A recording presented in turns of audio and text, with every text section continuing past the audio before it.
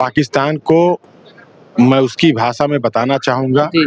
अगर हिंदुस्तान एक रात में सोच लेगा तो पाकिस्तान का नामो-निशान मिटा देगा। एक रात में अगर सोच लेगा। एक रात में अगर हिंदुस्तान हाँ। के बेड़ियों को खोल दिया जाए, जी। हिंदुस्तान अगर अपने आन बान शान पे आया तो पाकिस्तान को दूसरे दिन का सूरज नहीं देखने देगा। ये हमारी सेना का साहस है। अगर भारत बुज़दिल होता जी।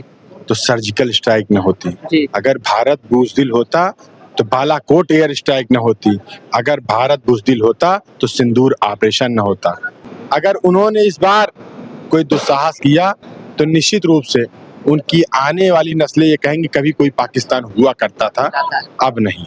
क्योंकि अभी विशेष परिस्थितियां, विशेष समय चल रहा है।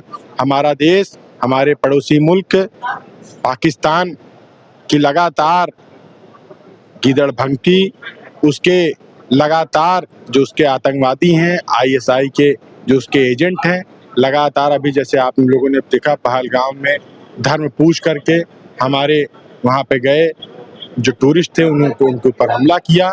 लेकिन हमारे देश के शीर्ष नेतृत्व ने, हमारी सेना ने उनको मुंहतोड़ जवाब देते हुए, जैसा लगातार हम लोग टीवियों के माध्यम से देख रहे हैं, हमारे सेना के पराक्रम को सम्मान है, सलाम है। और एक एक युवा को जब भी देश की जरूरत पड़ेगी, युवा एकजुट है, युवा तरुणाई उनके प्रति समर्पित है। जब से ये पहलगाम हमला हुआ, धर्म पूछ के लोगों को मारा गया, हमारे ही देश में हमारी लोगों को, और हमारी बहनों के माथे से सिंदूर हटाया गया। उसके बाद सिंदूर ऑपरेशन होता है, और सिंदूर ऑपरेशन होने के बाद पाकिस्तानी लोग बोलते हैं कि भारत बुज़दिल है क्योंकि वह रात में हमला करता है। देखिए, अगर भारत बुज़दिल होता जी। तो सर्जिकल स्ट्राइक न होती। जी। अगर भारत बुज़दिल होता तो बालाकोट एयर स्ट्राइक न होती। अगर भारत बुज़दिल होता तो सिंदूर ऑपरेशन न होता।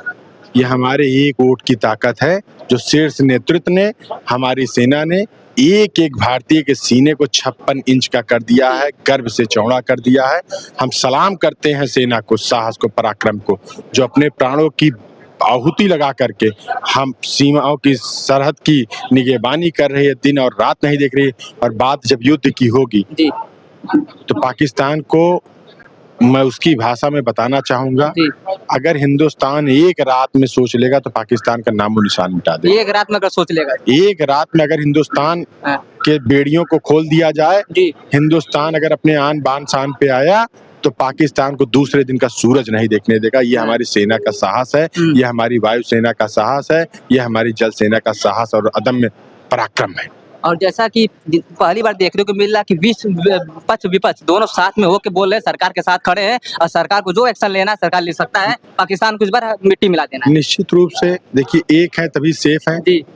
जैसा कि इजराइल करता है, इजराइल में जब भी आक्रमण होता है तो वहाँ एक एक व्यक्ति वहाँ का शस्त्र उठाने को मजबूर हो जाता है। वैसे क्या पक्ष क्या विपक्ष, जैसे ही पहलगाम में हमारे शरणार्थियों के ऊपर हमला होता है, टूरिस्टों के ऊपर हमला होता है, सारे देश की एक पुकार थी उन आतंकवादियों को मिट्टी में मिलाने की, जो हमारे प्रधानमंत्री जी ने वादा किया था।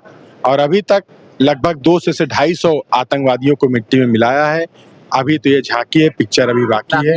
अभी तो बहुत कुछ होने वाला है। जैसा कि हमारे सेना के अध्यक्षों ने कहा है, अगर पाकिस्तान बाज नहीं आया तो पाकिस्तान का नामो निशान उस नक्शे से खत्म हो जाएगा।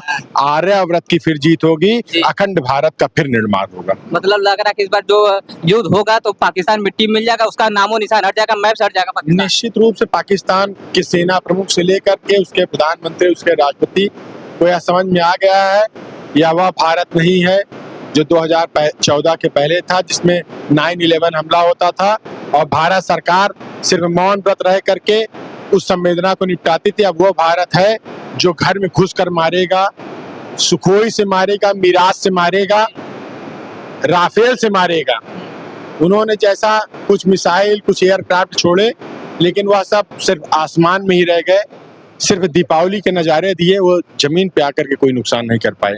मतलब ऐसा लगता है कि जब से भारत में बीजेपी सरकार आया है और भारत की सेना मजबूत होगी, भारत के लोग मजबूत हो गए, भारत देश मजबूत हो गया है। निश्चित रूप से जब एक मजबूत नेतृत्व मिलता है तो मजबूत नेतृत्व जब मिलता है तो वह फ्री हैंड देता है हमारी सेनाओं को। जब फ्री हैंड मिला, हमारे सेनाओं का साहस में पहले भी कोई कमी नहीं थी, अब भी कोई कमी है, बस शीर्ष नेतृत्व की बात है, उनको फ्री हैंड छोड़ने की बात है।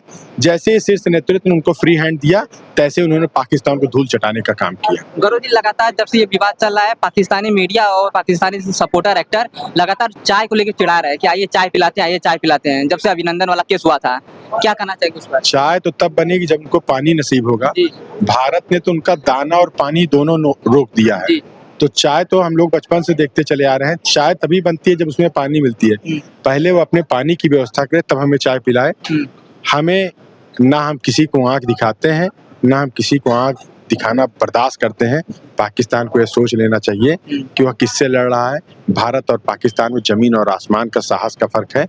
पाकिस्तान को यह सोच लेना चाहिए कि अब वह भारत से अगर टकराएगा तो उसका नामो निशान उस नक्शे से खत्म हो जाएगा। जाते जाते एक लास्ट सवाल करूंगा कि जब पहलगाम में हमला हुआ था तो हमारी बहनों को छोड़ दिया गया था, मारा नहीं गया था, बोला गया था जाके मोदी को बता देना, अपनी सरकार को बता देना है। और उसके बाद फिर सरकार ने जो एक्शन लिया, सारे लोग देख रहे हैं। क्या हिदायत देना चाहेंगे पाकिस्तान को? देखिए, मसूद अजहर के परिवार में 14 लोग थे और 10 लोग का अंत हो चुका है। इससे बड़ी बात नहीं हो सकती है। वो कंधार जो विमान अपहरण था, उसका वो सरगना था। उसको भारत सरकार में जब उसके परिवार के लोग चैन की नींद ले रहे थे, तब हमारे राफेल के माध्यम से उनको परास्त किया, उनको मिट्टी में मिलाया। तो मैं उनसे कहना चाहूंगा, भारत अब कहेगा नहीं, करेगा। तो सावधान हो जाएं, खबरदार हो जाएं। जहां हुए बलिदान मुखर्जी, वो कश्मीर हमारा है, वो कश्मीर हमारा है जो सारा का सारा है। तो शांत हो जाएं और चैन से जिए और चैन से जीने दें। अगर उन्होंने इस बार कोई दुस्साहस किया तो निश्चित रूप से उनकी आने वाली नस्लें ये कहेंगी कभी कोई पाकिस्तान हुआ करता था, अब नहीं।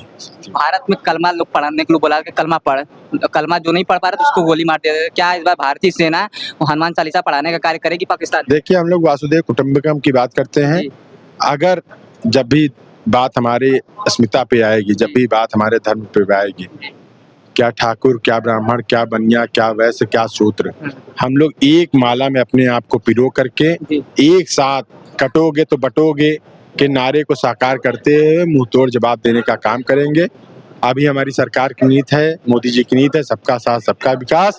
अगर पाकिस्तान खबरदार नहीं होता है, पाकिस्तान अपने आप को रिजर्व नहीं करता है, पाकिस्तान अपने आईएसआई के एजेंटों को, आतंकवादियों को निस्तानाबूद नहीं करता है, तो मजबूरी में भारत को यह कदम उठाना पड़ेगा। गौरव जी, जाते जाते बस एक बार सेना के लिए बोल दीजिए, उस सेना के लिए जो जिसकी वजह से आज हम लोग सुरक्षित बैठे हैं और वो अपने जिंदगी दांव पे लगा के वहाँ पर पहरेदारी कर रहे हैं। हम लोग खुद उस परिवार से हैं जो सेना से बिलोंग करते हैं। हमारे संस्थान में तमाम ऐसे युवा साथी हैं जिनके बच्चे, बड़े बुजुर्ग हैं जिनके बच्चे बॉर्डर पे युद्ध लड़ रहे हैं और देश की वानगी के लिए, देश की सुरक्षा के लिए, देश के आन बान शान के लिए अपने प्राणों की आहुति लगा रहे हैं।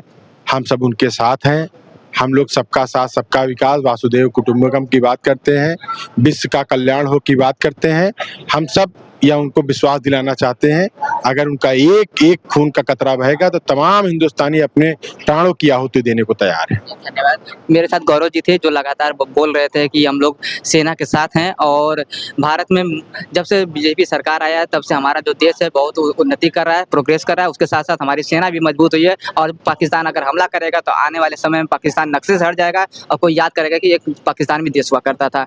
सारे मुद्दों पर बात करने के लिए आपका बहुत बहुत धन्यवाद और इसी तरह वीडियोज आते रहेंगे। धन्यवाद।